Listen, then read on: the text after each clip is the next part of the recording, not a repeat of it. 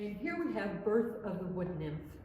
And I was out hiking in the woods on one cold, chilly spring day and looking for things that interested me and had interesting texture and had potential. And I found this wonderful shrubs, entire fence rows of these things.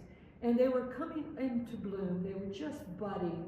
So there are all these buds on these plants.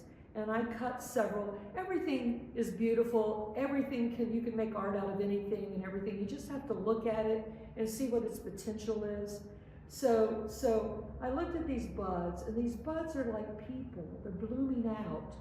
They're growing. They're coming forth into the earth, into the manifesting into reality. So at every third or fourth bud, I put a little face.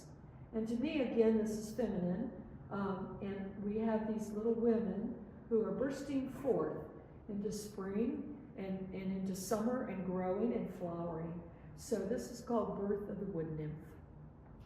Again, it's bronze, and I cast these in the lost wax process and then welded them to the base and then patinaed them with a natural ferric oxide patina.